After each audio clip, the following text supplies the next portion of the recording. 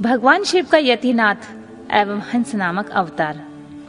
नंदीश्वर कहते हैं, मुनि, अब मैं परमात्मा शिव के यतिनाथ नामक अवतार का वर्णन करता हूँ। मुनीश्वर, अर्बुदाचल नामक पर्वत के समीप एक भील रहता था जिसका नाम था आहुक। उसकी पत्नी को लोग आहुका कहते थे। वह उत्तम व्रत का पालन करने वाली थी। वे दोनों पति पत्नी महान शिव भक्त थे और शिव की आराधना पूजा में लगे रहते थे। एक दिन वह शिव भक्त भील अपनी पत्नी के लिए आहार की खोज करने के निमित्त जंगल में बहुत दूर चला गया। इसी समय संध्या काल में भील की परीक्षा लेने के लिए भगवान शंकर सन्यासी का रूप धारण करके घर आए। इतने में ही घर का मालिक भील भी चला आया और उसने बड़े प्रेम से उन यतिराज का पूजन किया। उसके मनोभाव की परीक्षा के लिए उन यतीश्वर ने दीनवाणी में कहा, भील, आज रात में यहाँ रहने के लिए मुझे स्थान दे दो। सवेरा होते ही चला जाऊंगा। तुम्हारा सदा कल्याण हो।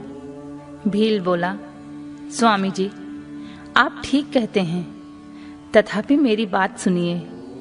मेरे घर में स्थान तो बहुत थोड़ा है, फिर उसमें आपका रहना कैसे हो सकता है? भील की यह बात सुनकर स्वामी जी वहां से जाने के लिए उद्यत हो गए। तब भीलनी ने कहा, प्राणनाथ, आप स्वामी जी को स्थान दे दीजिए। घर आए हुए अतिथि को निराश ना लौटाइए, अन्यथा हमारे गृहस्थ धर्म के पालन में बाधा पहुंचेगी। आप स्वामी जी के साथ सुखपूर्वक घर के भीतर रहिए और मैं बड़े बड़े अस्त्र शस्त्र लेकर बाहर खड़ी रहूंगी। पत्नी की यह बात सुनकर भील ने सोचा, स्त्री को घर से बाहर निकालकर मैं भीतर कैसे रह सकता हूँ? सन्यासी जी के अन्यत्र जाना भी मेरे लिए अधर्म कारक ही होगा। ये दोनों ही कार्य एक गृहस्थ के लिए सर्वथा अनुचित हैं। अतः मुझे ही घर के बाहर रहना चाहिए। जो होनहार होगी वह तो होकर ही रहेगी। ऐसा सोच आग्रह करके उसने स्त्री को और सन्यासी जी को सानंद घर के भीतर रख दिया और स्वयं वह भील अपने आयुध पास रखकर घर के बाहर खड़ा हो गया।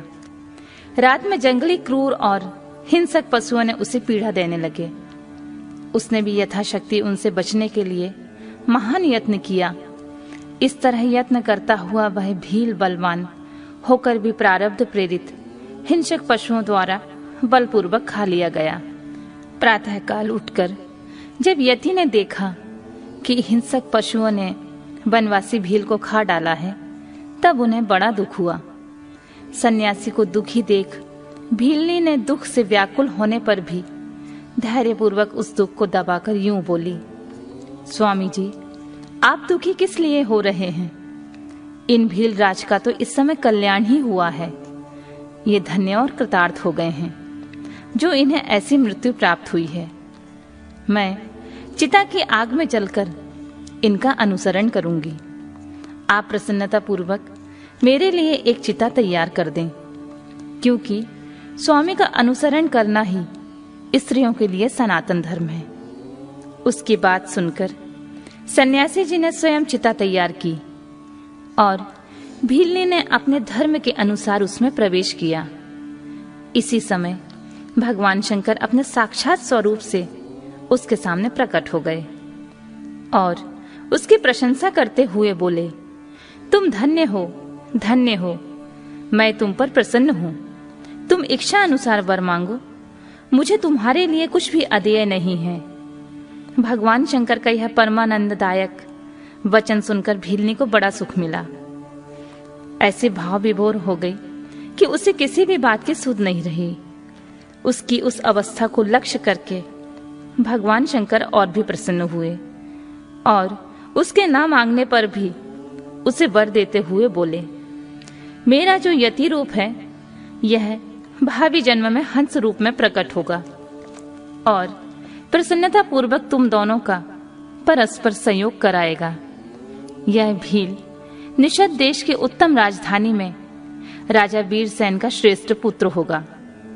उस समय नल के नाम से इसकी ख्याति होगी और तुम विदर्भ नगर में भीमराज की पुत्री दमयंती होगी।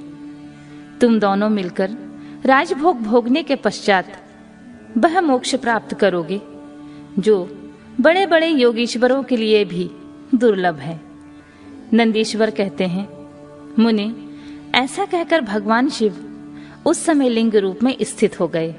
वह भील अपने धर्म से विचलित नहीं हुआ था, अतः उसी के नाम पर उस लिंग को अचलेश नामक संज्ञा दी गई। दूसरे जन्म में वह आहुक नामक भील नैषद नगर में वीरसेन के पुत्र हो महाराज नल के नाम से विख्यात हुआ और आहुका नाम की भीलनी विदर्भ नगर में राजा भीम की पुत्री दमयंती हुई। और वे यतिनाथ शिव जहां हंस रूप में प्रकट हुए, उन्होंने दमयंती का नल के साथ विवाह कराया। पूर्व जन्म में सत्कार जनित पुण्य से प्रसन्न हो भगवान शिव ने हंस का रूप धारण करके उन दोनों को सुख दिया। हंस अवतारधारी शिव भांति भांति की बातें करने और संदेश पहुंचाने में कुशल थे।